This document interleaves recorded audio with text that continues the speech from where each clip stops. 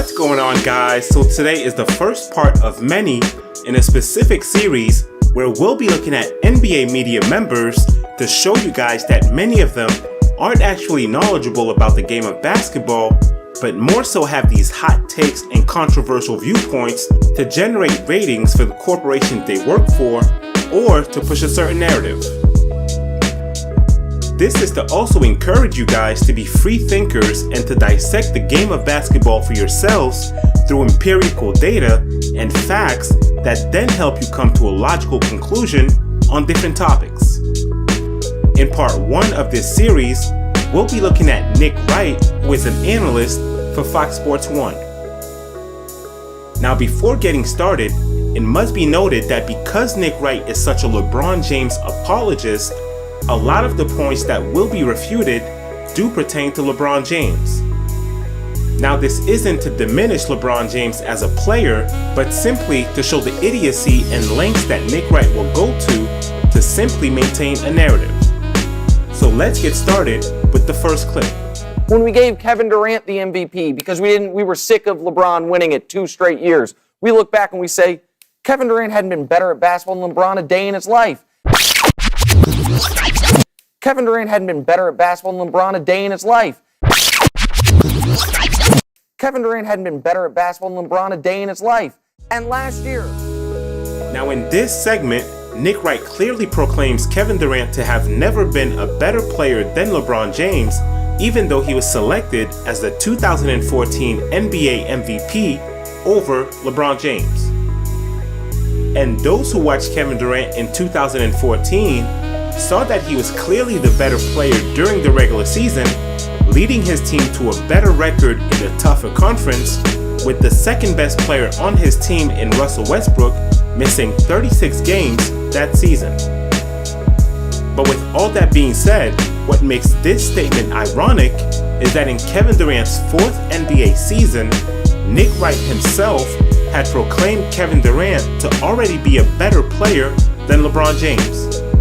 And I quote, "If you honestly think LeBron is better than KD, you're an idiot. KD is a 6'10 LeBron that can shoot. I mean, seriously, I'm tired of the media overhyping LeBron." And as one would expect, Nick Wright has since then deleted those tweets.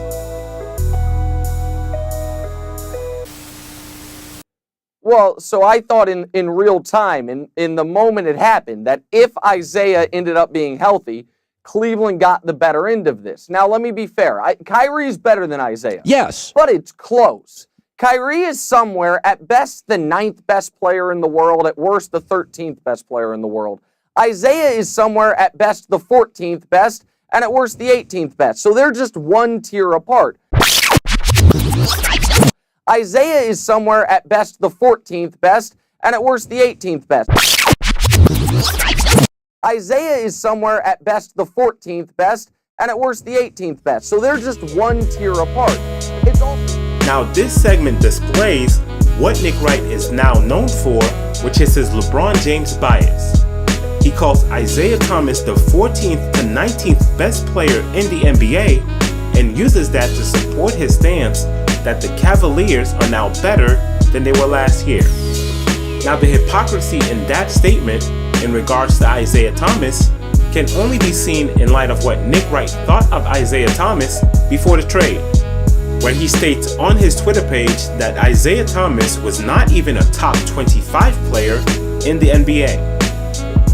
So what changed from July 18th to September 1st that turned Isaiah Thomas from not even being a top 25 player in Nick Wright's mind to now being in the top 19? Isaiah Thomas, up to that point, still hadn't played a game with the Cavaliers and was still in rehab. But because Nick Wright needed to make a case for LeBron James' team now being better, he had to change his opinion about Isaiah Thomas to fit the narrative he was promoting, which speaks to his lack of integrity and honesty as an analyst. So this is the Warriors' 3rd straight time to the finals, first time they've done it. Lakers did it 6 times. Yeah. So why is this bad and the Lakers' dominance bad? Great. What would have been bad is if the Lakers had gone out and signed Larry Bird. That's what would have been bad. I don't mind dominance. The NBA. Now in this segment, Nick Wright is giving false equivalences. The Lakers wouldn't have been able to sign Larry Bird for the simple fact that he had already won championships in Boston and had great teammates that fit his style of play. Kevin Durant, on the other hand, had never won an NBA championship in Oklahoma City, and unlike Bird's teammates, Russell Westbrook was taking away from Kevin Durant's game. Let's act as if the entirety of LeBron's first 8 years, from the first game he ever played against the Sacramento Kings on national television until the last game they played in the finals against the Mavs, those first 8 years, that involved 2 MVPs, a bunch of first-team All-NBAs, 2 trips to the finals, the 48 special against Detroit. Let's pretend those 8 years never happened. Never happened. Wipe it off the screen. What are you left with? Well, here's what we got. Let's pretend those 8 years never happened. Never. Let's pretend those 8 years never happened. Never happened. Wipe it off the screen. Now in this segment, it is important that you guys understand what Nick Wright is doing. In order to make a strong case for LeBron James, he is literally asking us to ignore LeBron's first 8 years in the league. Now while Nick Wright has highlighted the great things that LeBron James has done in those 8 years, he has also admitted that in those first 8 years, LeBron James missed the playoffs twice, lost to the Orlando Magic in a season when he and the Cavaliers had won 66 games and were clear favorites to face the Lakers in the 2009 NBA Finals, played poorly in the 2010 playoffs against the Celtics when he became extremely passive in the closeout game, which led to his team losing that series, and also has an 0-2 finals record during that time where he scored on less than 40% from the field. But because Nick Wright wants to make a case for LeBron James so badly, he now has to create technicalities to support his argument, which should make it invalid. Let's pretend those 8 years never happened. Never happened. Wipe it off the screen. What are you left with? Well, here's what we got. Since that moment, LeBron has had the greatest stretch of basketball of any player ever. He is going on a stretch where he will make his 6th straight final. No one made more than 4 straight since Russell's Celtics. He has 2 MVPs in that stretch.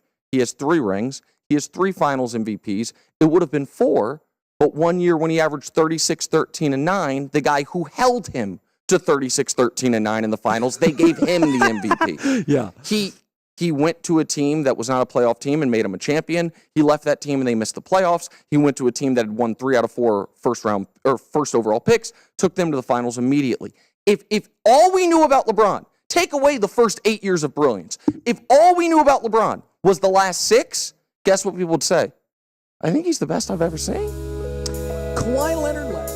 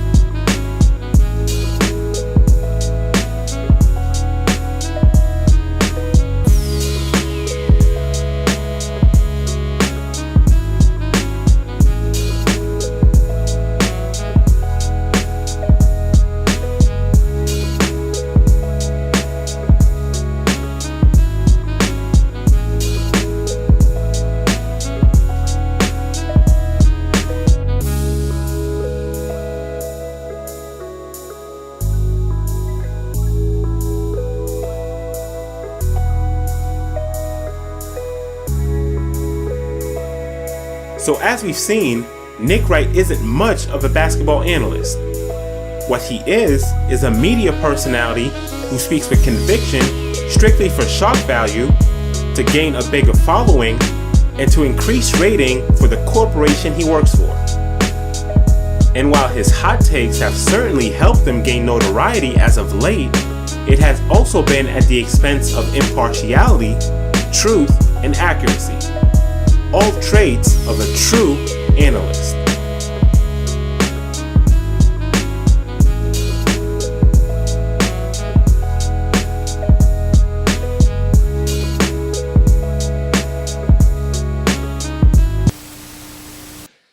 Listen, I once upon a time got this wrong as well. Okay. I was filling in for you on the 4th of July when Durant picked the Warriors. Yeah.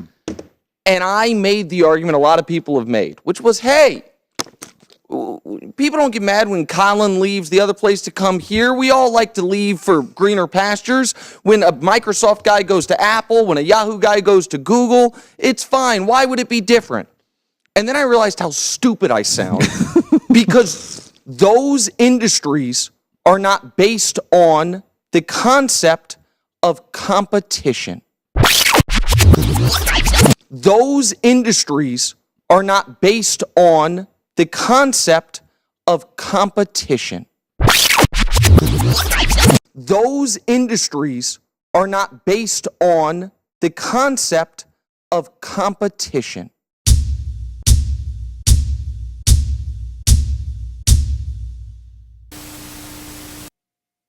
So what's best for everyone that loves basketball, except for fans of the Warriors? You could be a Bucks fan, a Mavericks fan, a Rockets fan, a Nets fan. What's best for you, if you love the sport, is for the Warriors to not be champions this year. What's best for you, if you love the sport, is for the Warriors to not be champions this year. Is for the Warriors to not be champions this year.